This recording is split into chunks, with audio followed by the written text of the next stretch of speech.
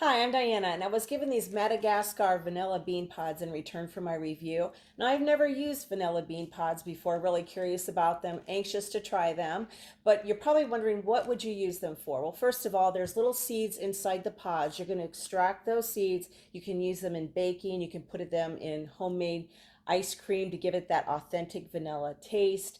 You can infuse these in spirits and let them, I guess, just sit in the alcohol for maybe 3 or 4 months, and it just kind of gives it that vanilla hint. That's another great way to do it. You can give those away as gifts. There's lots of ideas online on how to use these. Now, they do smell really good like vanilla, and as you can see here, it's really easy to extract the seeds. All you're going to do is take the pod, you're going to lay it on a cutting board, and then take a knife and just slit it ever so slightly down the center.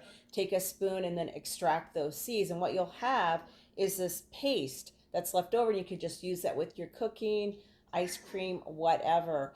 Now, these are grade A vanilla bean pods from exclusive farms. They're hand-picked and sun-cured for months. So if you're looking for a nice quality vanilla bean pod, this is definitely one to check out.